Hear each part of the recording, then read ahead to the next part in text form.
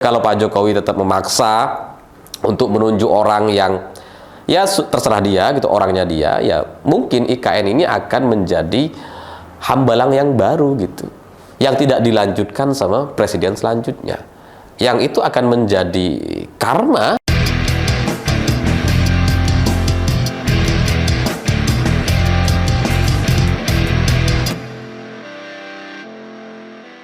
Selamat malam semuanya. Dalam beberapa hari terakhir ini kita dikagetkan dengan pengunduran diri Kepala Otorita IKN dan wakilnya.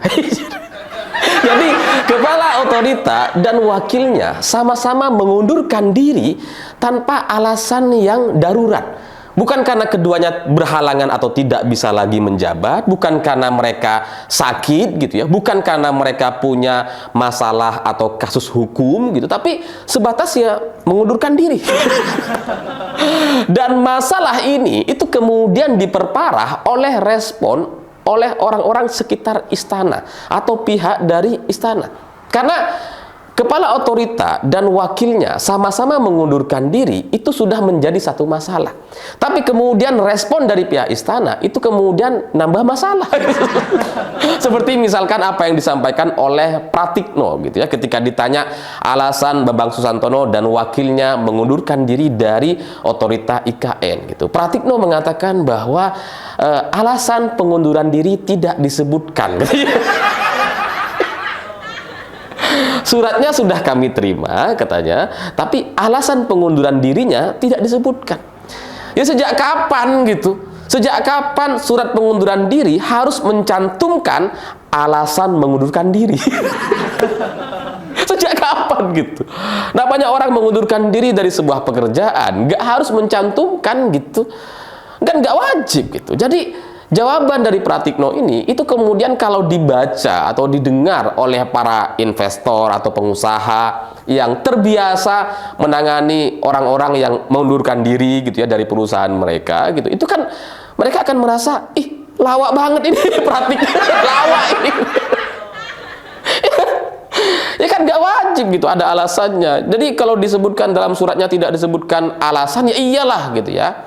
Namanya orang mengundurkan diri itu nggak ada gitu, nggak selalu mencantumkan alasan, tapi alasannya itu pasti ada. Nah, inilah yang ditanya sama banyak orang gitu, karena alasannya yang tidak disebutkan ini, yang tiba-tiba mengundurkan diri dan kemudian bersamaan dengan wakilnya, ini kemudian menjadi tanda tanya gitu.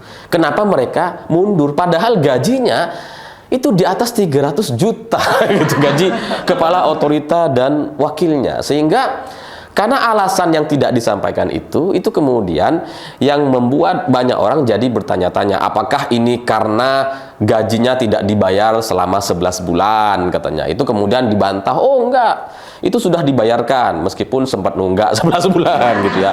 Ada juga yang beranggapan, oh itu karena targetnya tidak realistis, karena Agustus itu harus upacara di sana gitu ya. Dan kemudian itu juga dibantah gitu ya, soal soal target yang nggak realistis itu gitu. Tapi di tengah-tengah banyaknya pertanyaan kenapa Kepala Otorita dan wakilnya mengundurkan diri dari IKN, itu kemudian muncul 5 pesan Bambang Susantono sebelum mengundurkan diri dari Kepala Otorita IKN. Jadi 5 pesan ini beredar cukup masif di sosial media, di grup WhatsApp, di banyak grup WhatsApp, dan kemudian ini sudah dikonfirmasi oleh salah seorang staf dari IKN. Supaya jelas dan tidak salah, saya bacakan 5 pesan Bambang Susantono sebelum mengundurkan diri dari Kepala Otorita IKN. Pertama, pertahankan profesionalisme dan integritas. Pakaian bisa berganti, tapi sebagai orang yang berintegritas, kita tidak berubah dalam bersikap. Wah, pakaian apa yang dimaksud? Nggak tahu lah gitu ya. Kemudian kedua, cintai masyarakat sepaku. Spesifik ditulis sepaku. Sebagai warga yang hidupnya harus lebih baik dengan prinsip-prinsip universal seperti perlindungan lingkungan dan tata ruang. Jadi ini kemudian juga menjadi tanda tanya, kenapa sangat spesifik disebutkan warga sepaku gitu ya. Itu kayaknya ada masalah dengan soal rencana tata ruang atau pembebasan lahan. Kemudian ketiga, perencanaan adalah hal penting. Perencanaan yang baik berguna untuk mengoreksi kegagalan pasar. Wah, ini betapa bahayanya minat pelaku pasar jika dibiarkan tanpa kontrol. Akibatnya bisa memunculkan market failure atau kegagalan pasar. Korupsi bakal menjadi sumber kegagalan pemerintah alias government failure. Oleh karena itu, suara rakyat bisa menjadi jalan tengahnya. Wah, kok ada nyinggung-nyinggung korupsi? Nanti kita bahas gitu ya. Sebagai leader, jagalah teman-teman. Jangan sampai ada yang disalahkan, jagalah kekompakan. Tidak pernah menyesal bekerja bersama Anda. Semua adalah leader di bidang masing-masing yang mengukir sejarah. Jadi, dari 5 pesan ini, ada masalah-masalah yang kita bisa pahami meskipun tidak secara vulgar disampaikan gitu ya. Pesan soal warga sepaku itu kayaknya berkaitan dengan pembebasan lahan yang tidak adil dan tidak fair kepada masyarakat sana. Kemudian disinggung juga soal perencanaan yang baik dan kasus korupsi. Ini jangan-jangan emang ada masalah gitu ya.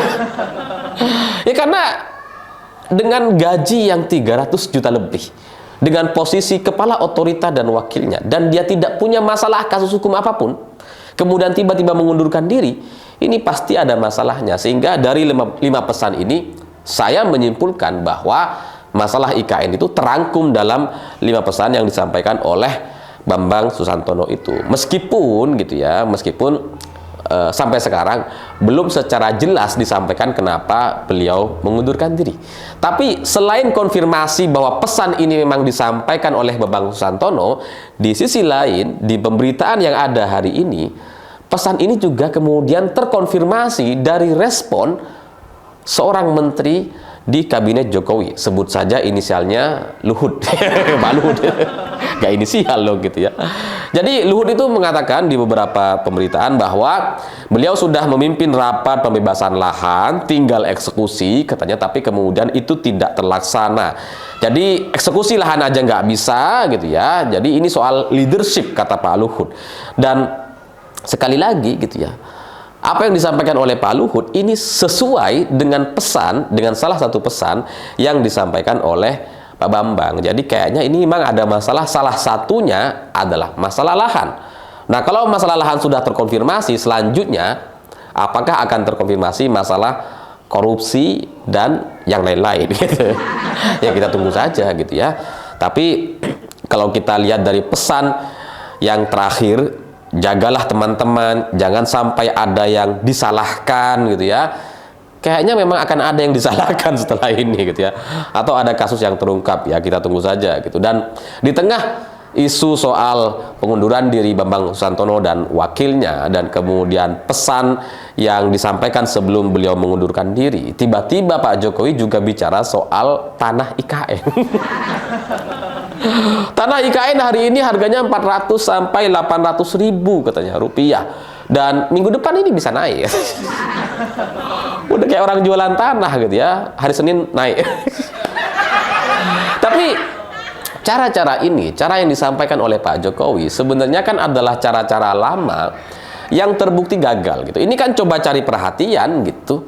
Dan ini sudah dilakukan berulang-ulang dan kemudian tidak kemudian membuat investor itu tertarik. Apalagi dengan informasi yang tidak sesuai dengan realita di lapangan gitu.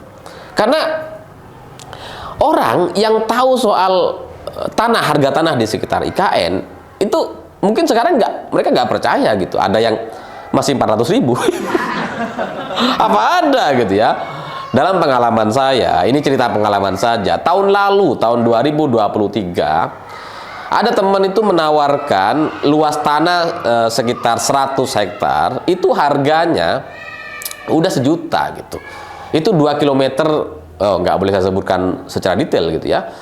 Intinya saya menjualkan, diajak untuk menjualkan tanah itu seluas 100 hektar itu harga per meternya sudah 1 juta. Jadi kalau kemudian hari ini Pak Jokowi bilang 400-800 ribu, minggu depan naik, itu diketawain sama orang-orang yang ada di lapangan. Emangnya masih ada gitu. Dan kalau minggu depan naik ya pasti naik, karena jangankan minggu depan, ini udah naik dari tahun lalu. Ya gimana gak naik gitu, emang udah naik dari lama gitu kan. Jadi cara-cara yang seperti ini untuk menarik perhatian, minggu depan naik dan sebagainya, itu sudah terbukti salah, terbukti gagal gitu. Karena kembali lagi, investor itu atau pengusaha-pengusaha itu bukan orang bodoh gitu, bukan orang yang nggak tahu. Sama seperti yang disampaikan sama Pratikno gitu. Ketika mendengar pernyataan Pratikno soal alasan mundurnya Bambang Susantono dan kemudian dijawab bahwa dalam surat tidak ada alasan pengunduran diri, itu kalau pengusaha yang baca pasti ya ketawa gitu, kok kayak gini ya kualitasnya gitu ya. Jadi ini sekali lagi kembali sesuai dengan pesan dari Bambang Susantono, yaitu perencanaan yang baik. Perencanaan yang baik itu akan meminimalisir terjadinya kegagalan. Dan dari apa yang disampaikan oleh Pak Jokowi, nampaknya ini menunjukkan bahwa perencanaan IKN memang tidak baik gitu. Sehingga dari sini semakin orang tidak tertarik dengan IKN. Bayangkan gitu ya, orang selama ini sudah nggak tertarik, investor sudah tidak bisa kemudian diajak masuk karena kan porsinya katanya 20% APBN, 80% investor. Sampai sekarang kan itu tidak kemudian terrealisasi. Porsi terbesar masih dari APBN gitu ya. Sehingga kalau ini kemudian terus dilanjutkan, ini kemudian bisa menjadi masalah. Makanya menarik dari pernyataan Mbak Puan yang sangat-sangat simple sekali, sangat singkat sekali, tapi nampaknya ini menjadi satu rangkuman dari sekian banyak masalah yang terjadi di IKN. Karena Mbak Puan Maharani sebagai Ketua DPR RI itu meminta pemerintah untuk transparan, terutama terkait alasan Bambang Susantono ini mengundurkan diri. Ya karena Bambang Susantono mengundurkan diri ini satu masalah gitu. Dan kemudian alasannya tidak disampaikan, itu menjadi masalah lain. Jawaban-jawaban pihak terkait seperti Pratik dan Luhut itu justru memperkeruh masalah, memperkeruh suasana, sehingga membuat pemerintah seperti tidak jujur dengan permasalahan yang ada. Hanya menyalahkan pihak Bambang Susantono, padahal beliau ini mundur pasti karena ada masalah yang sangat fundamental, yang sangat tidak bisa beliau tabrak, yang sangat tidak mungkin kemudian membuat dia tetap menjadi kepala otorita IKN. Makanya sampai mundur gitu. Karena kalau nggak ada masalah yang besar, ngapain mundur gitu? Lo nggak sakit, nggak kena kasus juga gitu. Jadi alasan mundur dari pemberitaan mundur soal Bambang Susantono dari kepala otorita IKN dan wakilnya itu sudah menjadi berita di media internasional. Semua orang sudah memberitakan ini gitu. Dan kemudian pemerintah seharusnya bisa memberikan penjelasan atau transparansi yang sesuai dengan kenyataan. Supaya apa? Supaya investor itu bisa memahami kondisinya. Kalau ini tidak dijelaskan, kemudian yang disalahkan pihak Pak Bambang karena eksekusi lahan aja nggak bisa, gitu kan.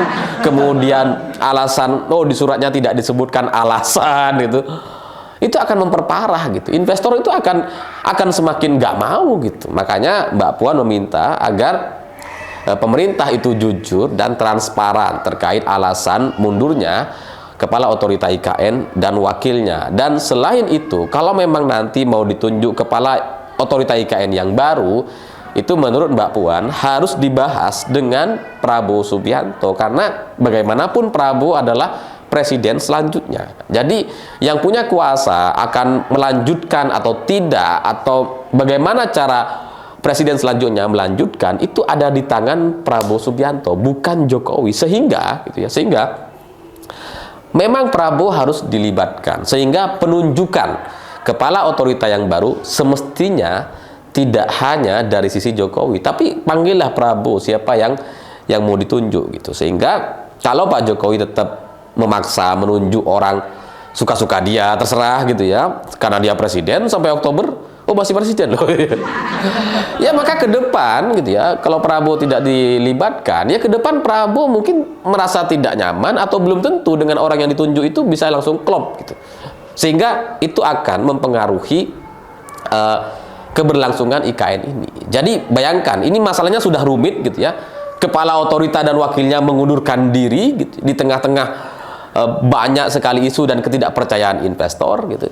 kemudian pihak menterinya memberikan jawaban-jawaban yang lucu, kalau nggak mau dibilang bodoh gitu. Dan sampai sekarang belum ada penjelasan atau cara dari pihak istana atau pemerintah untuk mengambil kembali hati para investor atau mengambil kepercayaan kembali para investor gitu. Karena dengan masalah yang bertumpuk ini, itu sampai sekarang belum ada pembicaraan. Memang sudah ada PLT gitu, tapi Prabowo belum dilibatkan atau belum diajak bicara soal ini. Sehingga ya kalau Pak Jokowi tetap memaksa untuk menunjuk orang yang ya terserah dia gitu, orangnya dia, ya mungkin IKN ini akan menjadi hambalang yang baru gitu, yang tidak dilanjutkan sama presiden selanjutnya. Yang itu akan menjadi karma bagi Pak Jokowi sendiri yang tidak melanjutkan hambalang gitu.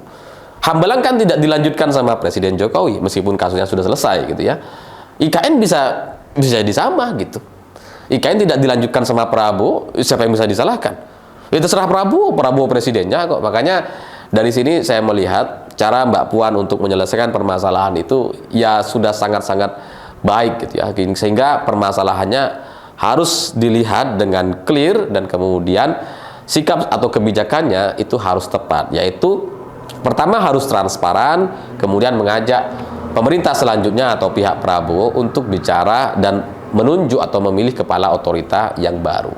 Dengan begitu, kemungkinan IKN untuk dilanjutkan itu jadi lebih besar kemungkinannya gitu. Karena kalau Prabowo sudah nunjuk orang, milih orang, masa iya nggak dilanjutkan gitu ya. Beda misalkan kalau orangnya kemudian ditunjuk sama Pak Jokowi dan Prabowo merasa saya nggak cocok nih, lagi mana? Presiden selanjutnya kan Prabowo gitu, bukan Jokowi. Sehingga ya bagi saya dengan anggaran yang sudah banyak sekali digelontorkan di IKN, program ini harus jalan, harus baik gitu ya. Jangan sampai kemudian menjadi hambalang lagi, karena yang dirugikan adalah kita semua. Saya pikir itu. Terima kasih sudah menonton. Begitulah kura-kura.